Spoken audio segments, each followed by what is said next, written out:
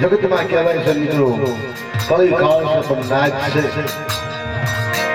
ઘણો પોતાની વસ્તી આપે અમે તેની ખમામાં નાચ ને કહે છે એ કઈ નાચ એ પાસ પંખીડા આવી અને મારી નાચી અહીંયા ચોપડે માંડી મૂક્યા સલના દર્શન કર્યા.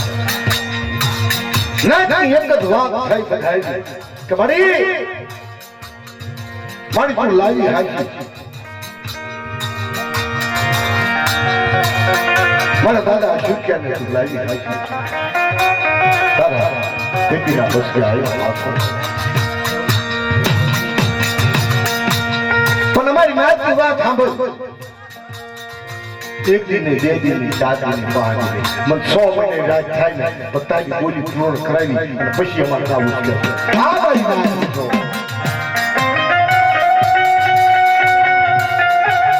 એ મારી વાત અને હા